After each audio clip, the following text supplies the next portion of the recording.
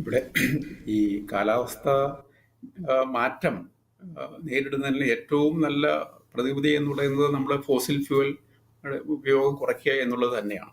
അപ്പോൾ ഇതിൽ തന്നെ ഡബിൾ സ്റ്റാൻഡേർഡ് ചില രാജ്യങ്ങൾ കാണിക്കുന്നുള്ളതാണ്. കഴിഞ്ഞ വർഷം നമുക്കറിയാം UAE ദുബായിൽ വെച്ചിട്ടായിരുന്നു COP28 നടന്നത്.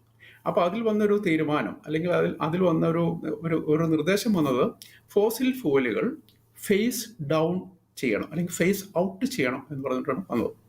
അത് അവസാനം ഈ പറയുന്ന ഒപ്പേക്കും അതുപോലുള്ള രാജ്യങ്ങളൊക്കെ ഇടപെട്ടുകൊണ്ട് അത് ഫേസ് എവേ എന്നാക്കി മാറ്റി. ട്രാൻസിഷൻ എവേ, അതായത് പതുക്കെ അങ്ങ് ഇല്ലാണ്ടാക്കി കളയാം എന്നുള്ള തരത്തിൽ ആക്കി. അപ്പോൾ പെട്രോളിയം ഉൽപ്പന്നങ്ങൾ വേണ്ട എന്ന് വെച്ച് കഴിഞ്ഞാൽ ബദൽ എന്ത്?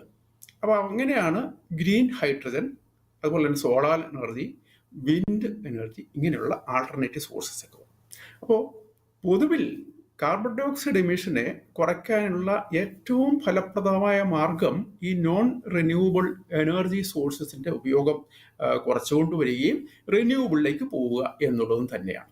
അപ്പോൾ അതിന് ഈ പറഞ്ഞ മാതിരി ഗ്രീൻ ഹൈഡ്രജൻ്റെ കാര്യത്തിലൊക്കെ ഇന്ത്യ മാത്രമല്ല, പല രാജ്യങ്ങളും, വികസിത രാജ്യങ്ങളൊക്കെ വളരെ മുമ്പോട്ട് പോയിക്കൊണ്ടിരിക്കുകയാണ്.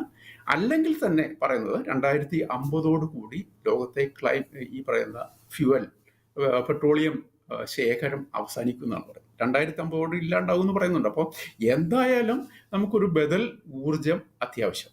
ആ ബദൽ ഊർജമായിട്ട് ഇപ്പോൾ കാണുന്നത് ഗ്രീൻ ഹൈഡ്രജനും സോളാർ എനർജിയും ഒക്കെ തന്നെയാണ്. അപ്പോൾ ഇതിലേക്ക് ഈ ക്ലൈമറ്റ് ഫൈനാൻസ്, ഉമ്മൻ സാറ് കുറച്ച് കണക്കുകളൊക്കെ പറഞ്ഞല്ലോ. അപ്പോൾ അത് ഏകദേശം ഏറ്റവും ലേറ്റസ്റ്റ് ആയിട്ടുള്ളൊരു കണക്കുകളൊക്കെയാണ്. അപ്പോൾ അതിൽ കുറച്ചുകൂടി മാറ്റങ്ങൾ ഭാവിയിൽ ഉണ്ടാകും എന്ന് വിചാരിക്കാം. കാരണം കഴിഞ്ഞ പ്രാവശ്യം തുടങ്ങിയ ഒരു സാധനമാണ് ലോസ് ആൻഡ് ഡാമേജ് ഫണ്ട്.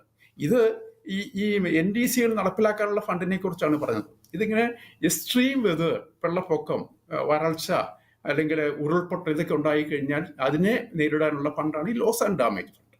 അപ്പോൾ അതിനുമൊക്കെ ഫണ്ട് കൂടുതൽ വേണം. പക്ഷേ ഈ വർഷം കൂടുതലൊന്നും കിട്ടിയില്ല. 700 മില്യൺ എന്നുള്ളത് 720 ഈ ലോസ് ആൻഡ് ഡാമേജ് ഫണ്ടിന്റെ ഭാഗമായിട്ട് വന്നതാണ്.